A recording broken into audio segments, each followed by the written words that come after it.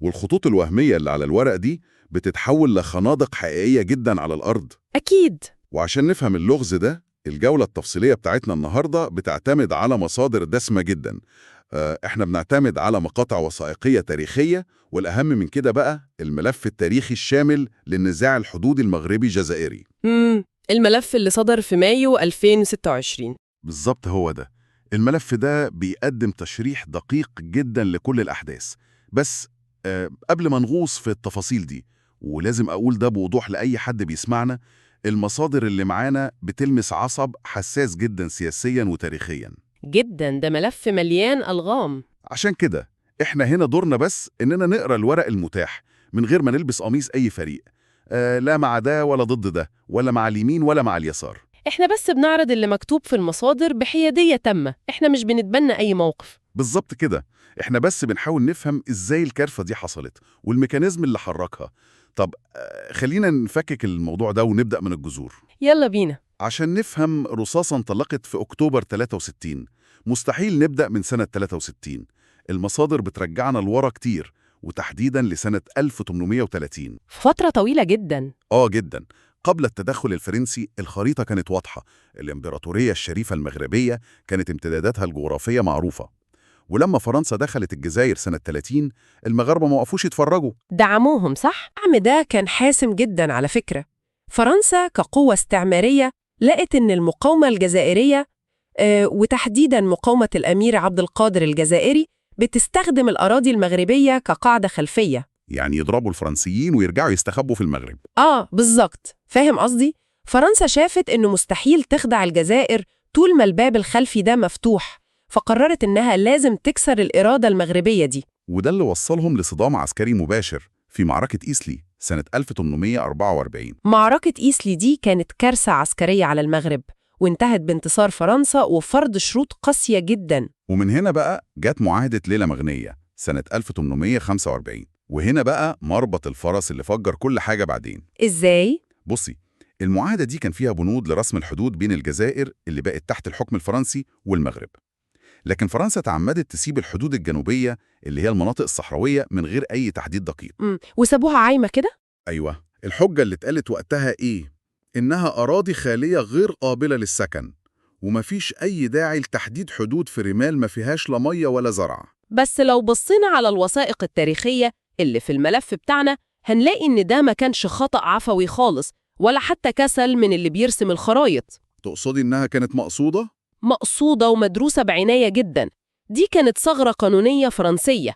فرنسا سابت الباب موارب عشان تستغل الغموض ده في التوسع التدريجي لزحزحة خطوط الإدارة والسيطرة على أجزاء من العمق المغربي وقت ما تحب. خلينا نفكك التشبيه ده. الأمر أشبه بجار بيقوم برسم حدود الجنينة بتاعته مع جاره، وبيحدد السور اللي قدام بدقة بالسنتيمتر، بس بيتعمد يسيب الفناء الخلفي عايم ومش واضح في الورق عشان لو لاقى حاجة بعدين. بالظبط. فقط تحسباً إنه يكتشف كنز مدفون هناك بعدين ويقول ده بتاعي. الورق ما بيقولش إنه بتاعك، وهو ده بالظبط اللي حصل. في الخمسينيات. أيوة، لما تم اكتشاف مناجم حديد ومنجنيز وثروات تانية في المناطق دي، فجأة الأراضي الخالية دي بقت كنز استراتيجي، وفرنسا قررت بكل بساطة تضم مناطق زي تندف وبشار لمقاطعتها في الجزائر. هو ده الميكانيزم الاستعماري الكلاسيكي. يعني الاستعمار زرع لغم في الرمال وربط ثروات المنطقة بتقسيمات إدارية بتخدم مصالحه هو بس. ولما بدأت ملامح الاستقلال تظهر في الأفق، اللغم ده كان أوتوماتيكياً جاهز للانفجار بين الدولتين اللي هيورثوا الأرض دي. وده بينقلنا لمرحلة وعود الاستقلال، وهنا الأحداث بتاخد منعطف درامي جداً. المغرب نال استقلاله الأول سنة 56، وهنا فرنسا بتلعب لعبة سياسية خطيرة أقرب لمقايضة الشيطان. المصادر بتقول إن فرنسا عرضت على الملك محمد الخامس إنها ترجع له الأراضي المتنازع عليها زي تندف وبشار. بس أكيد كان في شروط. شرطين. الأول إن المغرب يوقف أي دعم للثورة الجزائرية اللي كانت مشتعلة وقتها، والتاني تأسيس شراكة فرنسية مغربية لاستغلال المناجم الموجودة في الأراضي دي، ومحتاجة تبني اقتصادها وتأكد سيادتها كمان. بالظبط. العرض بيحل للمغرب مشكلة الحدود وبيديله ثروات ضخمة على طبق من ذهب. لكن الملك محمد الخامس رفض العرض الفرنسي ده بشكل قاطع. واو، رفضوا تماماً؟ تماماً. رفض يتخلى عن الأشقاء الجزائريين في عز ثورتهم، وأصر إن مشكلة الحدود دي هتتحل عائلياً، يعني بين الإخوة والسلطات الجزائرية نفسها بعد ما الجزائر تنال استقلالها. موقف تاريخي بجد، وفيه نبل سياسي نادر. وتتويجاً للموقف ده، يوم 6 يوليو 61 تم توقيع اتفاق رسمي ومكتوب بين المغرب وبين فرحات عباس اللي كان رئيس الحكومة المؤقتة للجمهورية الجزائرية وقتها. والاتفاق ده ما كانش مجرد كلام ودي، ده بيعترف صراحة بوجود مشكلة في الحدود بسبب الاستعمار. وبيتعهد بحلها فوراً عبر المفاوضات بمجرد ما الجزائر تستقل وتتسلم السلطة. لكن الواقع السياسي دايما أعقد من الورق. الجزائر استقلت في 62 بعد حرب تحرير دموية جدا، لكن القيادة جوه الجزائر اتغيرت. فرحات عباس اللي وقع الاتفاق ما بقاش هو صاحب القرار الأول. مين اللي مسك؟ أحمد بن بلة تولى الرئاسة، وهنا العقيدة السياسية للدولة الوليدة اختلفت 180 درجة. إزاي؟ بن بلة أعلن أن التراب الجزائري لا يتجزأ بأي حال من الأحوال، ورفض التنازل عن أي شبر من الأرض، وقال أن الأرض دي حررت بدماء الشهداء. واعتمد على مبدأ قانوني، صح؟ مبدأ قانوني دولي معروف باسم الحدود الموروثة عن الاستعمار. طب بصي، خلينا نلعب دور محامي الشيطان هنا. يعني إيه التزام أخلاقي واتفاقية مكتوبة تتبخر كده في الهوا بمجرد تغير الشخص اللي جالس على كرسي الرئاسة؟ سؤال مهم. هل ده معناه إن بن بلة اختار الحل الأسهل والمصلحة المباشرة بدل ما يرد الجميل للمغرب اللي رفض رشوة فرنسا عشانه؟ وإزاي المغرب المفروض يستوعب الصدمة دي؟ اللي يشد الانتباه هنا هو إن الموضوع من بره يبان كأنه تنصل من وعد، بس عشان نفهم ليه بن بلة والقيادة الجزائرية عملوا كده، لازم نشرح المبدأ القانوني ده بيشتغل إزاي جوه عقل دولة لسه مستقلة. اشرحي لي. تخيل إن قارة أفريقيا دي عبارة عن عمارة سكنية كبيرة جداً. المستعمر قسم شققها بشكل عشوائي تماماً. لو كل دولة استقلت وقررت تهد الحيطان عشان تبني شقتها من أول وجديد على أساس تاريخي، العمارة كلها هتقع على دماغ الكل. بالظبط. هو ده المبدأ. ارضى بالحيطة المايلة اللي سابها الاستعمار بدل ما العمارة تنهار في حروب لا تنتهي. قادة الجزائر شافوا إن فتح باب تعديل الحدود مع المغرب هيفتح عليهم أبواب جهنم مع كل جيرانهم التانيين، مالي والنيجر وتونس وليبيا. يعني هو صدام مأساوي بين الوفاء بوعد تاريخي وبين ضرورة بقاء الدولة وحماية كيانها. مظبوط. التشبيه ده بيوضح اللخبطة دي كلها. هو فعلا صدام بين حقين، والصدام ده كان لازم يولد شرارة على الأرض. وإحنا بنقترب من سنة 63 التوتر بدأ يغلي جداً.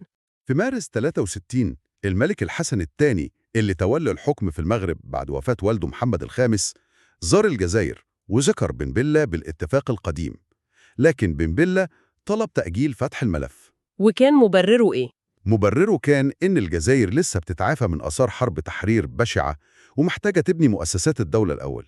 التأجيل في السياسة كتير بيكون معناها الرفض المبطن، والمغرب فهمها كده. الثقة بدأت تنهار والخطاب اتغير. الحرب ما بدأتش بالدبابات، دي بدأت في الميكروفونات والجرايد. مظبوط. الاحتقان بدأ بحرب إعلامية شرسة. الجزائر اتهمت المغرب بأن عنده أطماع توسعية، والمغرب اتهمت الجزائر بأنها بتدعم معارضين بيهددوا وحدة المغرب. وفي وسط الشحن النفسي ده، حزب الاستقلال المغربي اللي كان ليه وزن سياسي ضخم نشر خريطة للمغرب الكبير. الخريطة دي ما كانتش مجرد رسمة، دي كانت إعلان نوايا مرعب للجزائر، لأنها بتضم أجزاء واسعة جداً، حوالي تلت مساحة الجزائر الحالية، بالإضافة للصحراء الغربية وموريتانيا وأجزاء من مالي. الخريطة دي حرفياً صبت الزيت على النار. بالنسبة للجزائر دي كانت إثبات عملي لنية التوسع المغربية، وبسرعة جداً الاستفزازات انتقلت من ورق الجرايد لتراب الحدود. الجزائر بدأت تطرد مواطنين مغاربة من منطقة فكيك الحدودية، فالمغرب رد بطرد تجار جزائريين من مدينة وجدة. منطق الرد والرد المضاد بدأ يشتغل، وكل طرف إيده على الزناد. ويوم 8 أكتوبر 63 انطلقت الشرارة الأولى الحقيقية. قوات جزائرية شنت هجوم على منطقة حاسي بيضاء، والنتيجة كانت مقتل 10 جنود مغاربة. الهجوم ده خلى أي فرصة للحل الدبلوماسي تتبخر تماماً. يوم 14 أكتوبر الجيش النظامي المغربي اللي كان مجهز ومنظم بشكل أفضل بكتير وقتها قام بهجوم مضاد شامل واستعاد حاسي بيضاء ودخل تندف، والجبهات كلها اشتعلت في الصحراء. النقطة الفارقة هنا هي طبيعة الجيوش. الجيش الجزائري كان خارج من ثورة، عقيدته العسكرية وتدريبه كله مبني على حرب العصابات والكر والفر جوه المدن والجبال. فجأة لقى نفسه في مواجهة جيش نظامي كلاسيكي. بالظبط، جيش مغربي بيمتلك مدرعات ومدفعية ثقيلة وفي أرض صحراوية مفتوحة تماماً. دي كانت حسبة عسكرية معقدة جداً للجزائر، وميلت الكفة الميدانية للمغرب في البداية. هنا بقى الجزء اللي بجد مثير للاهتمام في المصادر بتاعتنا، التناقض الصارخ العجيب في تصريحات الرئيس الجزائري أحمد بن بلة. إيه اللي حصل؟ في المقاطع الوثائقية المفرغة بنلاقي بن بلة بيخطب في الجماهير وبينفي تماماً إن الجزائر بدأت الهجوم. بيقول نصاً إحنا ما هاجمناش، ما كانش عندنا ولا طيارة وما كانش عندنا دروع، الموضوع كان مجرد صدى وتم تضخيمه. غريب جداً. في حين إن الأحداث الموثقة على الأرض والتقارير كانت بتؤكد إن في تصعيد عسكري متسارع وفي ضحايا بيسقطوا. إزاي رئيس دولة ينفي حاجة بتحصل فعلاً على الأرض؟ ده بيعكس ميكانيزم مهم جدا في الحروب، وهو ضباب الحرب والخطاب التعبوي. القيادة الجزائرية كانت بتحاول تبني سردية معينة. عشان تحشد الدعم الداخلي؟ بالظبط. بن بلة كان محتاج يجمع شعب لسه خارج من حرب استنزفت كل طاقته، فكان لازم يصور الجزائر كضحية لعدوان خارجي مفاجئ عشان يجمع الناس حواليه. مش كدولة بادرت بالهجوم. وفي المقابل القيادة المغربية كانت بتبني سرديتها على إنها بتسترد حقها التاريخي المسلوب، وبتدافع عن جنودها اللي اتغدر بيهم في هجوم 8 أكتوبر. كل طرف كان بيستخدم الإعلام عشان يشرعن موقفه قدام شعبه وقدام العالم، وبسبب إن العالم كله كان بيراقب، الصراع المحلي ده اتحول بسرعة البرق لساحة حرب بالوكالة. لو ربطنا ده بالصورة الأكبر، الرقعة كبرت وما بقتش مجرد قصة بين المغرب والجزائر. دخلنا في دوامة المحاور الدولية، والحرب الباردة فتحت أبوابها في شمال أفريقيا. المصادر بتوضح إن المغرب تلقى دعم صريح من فرنسا والولايات المتحدة الأمريكية. وفي المقابل الجزائر حظت بدعم ضخم من المعسكر الشرقي وحلفائه، الاتحاد السوفيتي، كوبا ومصر. بس الدعم الكوبي ده تحديداً قصته عجيبة جداً ومحتاجة وقفة. فيديل كاسترو اللي قاعد في الكاريبي في الناحية التانية من العالم يبعت 3 سفن محملة بالأسلحة والجنود يوم 28 أكتوبر لدعم الجزائر. والمصادر بتشير إن ده حصل بدون حتى ما الجزائر تطلب بشكل مباشر. حاجة ما تتصدقش. إيه اللي يخلي كاسترو يورط نفسه في حرب صحراوية في إفريقيا؟ الميكانيزم هنا هو التضامن الثوري. في الستينات العالم كان مقسوم أيديولوجياً. كاسترو كان بيشوف ثورة الجزائر كأعظم انتصار ثوري في القرن العشرين، وكان بيعتبر بن بلة رفيق سلاح ضد الإمبريالية. وكمان بن بلة كان زار كوبا قبلها وتحدى كينيدي. بالظبط. كاسترو كان بيرد الجميل، وكان بيبعت رسالة للعالم إن الثوار بيقفوا في ظهر بعض في أي مكان. نفس المنطق الأيديولوجي ده بيفسر الدعم المصري. جمال عبد الناصر في مصر بعت حوالي 1000 مقاتل من قوات النخبة، بالإضافة المدفعية وطيران. عبد الناصر كان معادي صراحة للأنظمة الملكية. كان بيوصفها دايماً بالرجعية، وكان شايف إن دوره القومي هو دعم حركات التحرر والأنظمة الثورية في الوطن العربي. وكان بيشوف إن بقاء النظام الثوري في الجزائر هو انتصار لخطه السياسي في المنطقة كلها. المصادر هنا كمان بتفكك أسطورة تاريخية مهمة جداً ارتبطت بالتدخل المصري، وهي حادثة الأسرة. حادثة مبارك، صح؟ بالظبط. المغرب قدر يأسر مجموعة من الضباط والطيارين المصريين اللي كانت طيارته من الهليكوبتر في مهمة فوق الأراضي الجزائرية.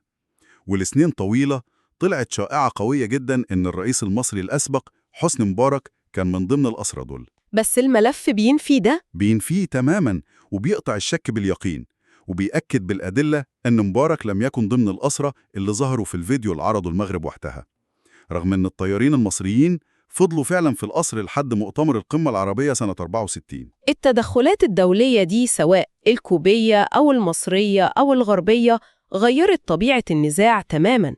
بدل ما كان نزاع حدودي ممكن حله بتدخل دبلوماسي بسيط، اتحول لساحة تصفية حسابات ضخمة. والمغرب طبعاً حس بخطر التحالف ده ضده، فرد بقوة سياسية. المصادر بتقول إنه طرد 350 معلم مصري كانوا شغالين في المدارس المغربية، وقطع العلاقات الدبلوماسية مع كوبا. الصراع اتعقد لدرجة إن حله بقى شبه مستحيل على الأرض. قتال ساخن استمر 29 يوم في ظروف صحراوية قاسية، وفي النهاية صوت المدافع سكت يوم 5 نوفمبر 63. تم توقيع اتفاق لوقف إطلاق النار في مدينة باماكو عاصمة مالي في فبراير 64. وده كان بوساطة مكثفة من منظمة الوحدة الأفريقية والجامعة العربية. بس السؤال اللي دايما بيطرح نفسه في نهاية أي حرب، مين اللي كسب؟ ميزان الخسائر كان شكله إيه؟ ده بيطرح سؤال مهم فعلا. الأرقام زي ما تعودنا في الحروب دي بيكون فيها تفاوت مرعب. المغرب أعلن وقتها رسمياً عن سقوط 39 ضحية فقط. بس الجزائر؟